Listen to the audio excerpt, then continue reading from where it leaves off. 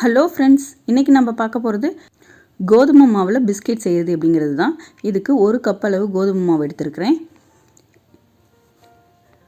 Powder sugar 75 gram, baking soda 1 table spoon, ஏலக்காய் powder ஒரு pinch அளவு, அது ஸ்மெல் நல்லாயிருக்குங்கிறதுக்காக நான் சேர்த்துருக்கிறேன். இதை நல்லா மிக்ஸ் பண்ணி விட்டுக்கலாம். இதில் பட்டர் 130 கிராம் லைட்டாக உருக்கி வச்சுருக்கிறேன், ரூம் டெம்பரேச்சருக்கு.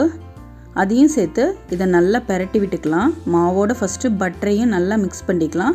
இது நல்லா உதிரியாக வர்ற மாதிரி பெரட்டி விட்டு எடுத்துக்கோங்க. இந்த அளவுக்கு மாவு உதிரியாக இருக்கணும் பட்டரோட. இதில் லைட்டாக பால் சேர்த்து பிசைஞ்சிக்க போகிறோம். பால் இதுக்கு நான் ஒரு 2 டேபிள் ஸ்பூன் அளவுக்கு தான் யூஸ் பண்ணேன். இதையும் சேர்த்து நல்லா மிக்ஸ் பண்ணி எடுத்துக்கலாம். இது இந்த அளவுக்கு மிக்ஸ் பண்ணி எடுத்துக்கிறோம். இந்த பதத்துக்கு இருக்கணும் இந்த மாவு.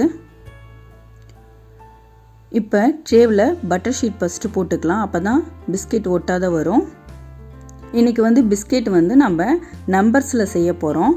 நியூ இயர் ஸ்பெஷலுங்கிறதுக்காக நான் 2022ங்கிறத நம்பர்ஸ்லேயே செய்கிறேன்.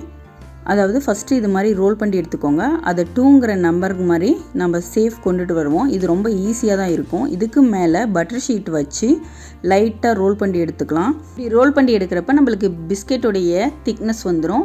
இதில் நான் லைட்டாக லைன்ஸ் இருக்கணுங்கிறதுக்காக ஸ்டிக் வச்சு நான் லைன் போட்டு எடுத்துக்கிறேன். நம்ம இதை மெதுவாக தான் எடுக்கணும், ஏன்னா இது ரொம்ப சாஃப்டாக இருக்கும், உடஞ்சிரும்.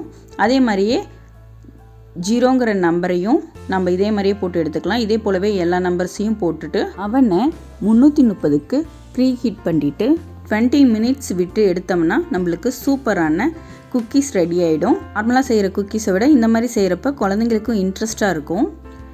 மீதமுள்ள மாவை எப்பயும் போலவே சப்பாத்திக்கு தீத்துற மாதிரி கொஞ்சம் திக்காக தீத்திட்டு நான் ரவுண்ட் ஷேப்பில் பிஸ்கெட் செய்கிறதுனால இந்த மாதிரி கட் பண்ணி எடுத்துக்கிறேன்.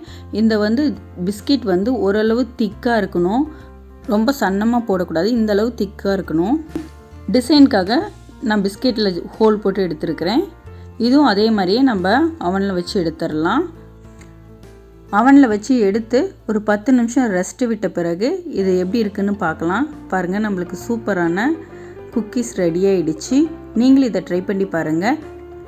இப்போ ஒரு 10 மினிட்ஸ் ஆகிடுச்சு. இந்த பிஸ்கெட்டை உடச்சி காட்டுற பாருங்கள், உள்ளே எவ்வளோ சாஃப்டாக வந்திருக்குன்னு. அதே மாதிரி இது நல்லா கிறிஸ்பியாகவும் வாயில் வச்சோன்னா கரையிற மாதிரி இருக்கும். நீங்களும் இதை ட்ரை பண்ணி பாருங்கள். தேங்க்ஸ் ஃபார் வாட்சிங். Thanks for your support.